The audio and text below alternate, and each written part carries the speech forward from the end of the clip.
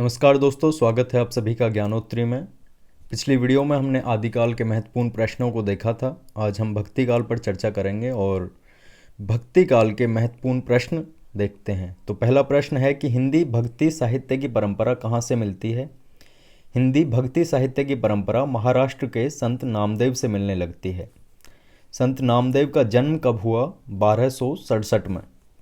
सरहपा कैसे साधक थे? सरहपा सहज साधना के विश्वासी साधक थे।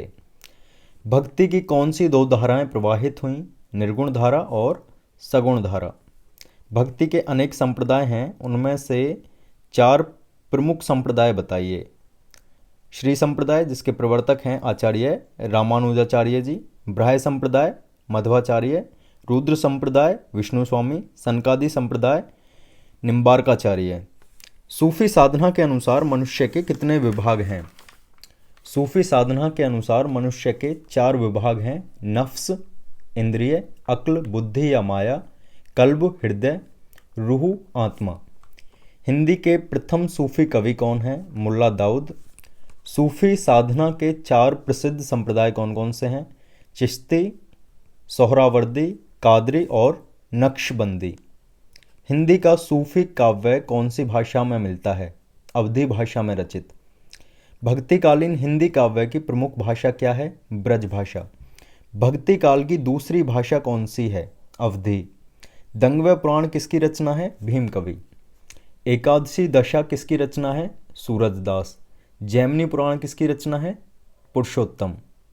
सत्यवती कथा किसकी रचना है? ईश्वरदास। रामचंद्रिका किसकी रचना है? केशव। निर्गुण काव्य की 2 उपधाराएं कौन कौन सी हैं? ज्ञानाश्रयी शाखा और प्रेमाश्रयी शाखा। सगुण काव्य की 2 उपधाराएं हैं, राम भक्ति शाखा और कृष्ण भक्ति शाखा। कबीर का जन्म कब हुआ था? कबीर का जन्म 1398 में माना जाता है। कबीर की मृत्यु कब हुई? कबीर की मृत्यु मगहर जिला बस्ती में सन 1518 में हुई। कबीर की वाणी के संग्रह का क्या नाम है? बीजक। अगला प्रश्न है कि बीजक के कितने भाग हैं? बीजक के 3 भाग हैं, रमैनी, सबद और साखी। रमैनी और सबद में गेय पद हैं, साखी दोहों में है। रमैनी और सबद ब्रज भाषा में हैं, जो तत्कालीन मध्य देश की काव्य भाषा थी। वाणी का डिक्टेटर किसे कहा जाता है? कबीर को।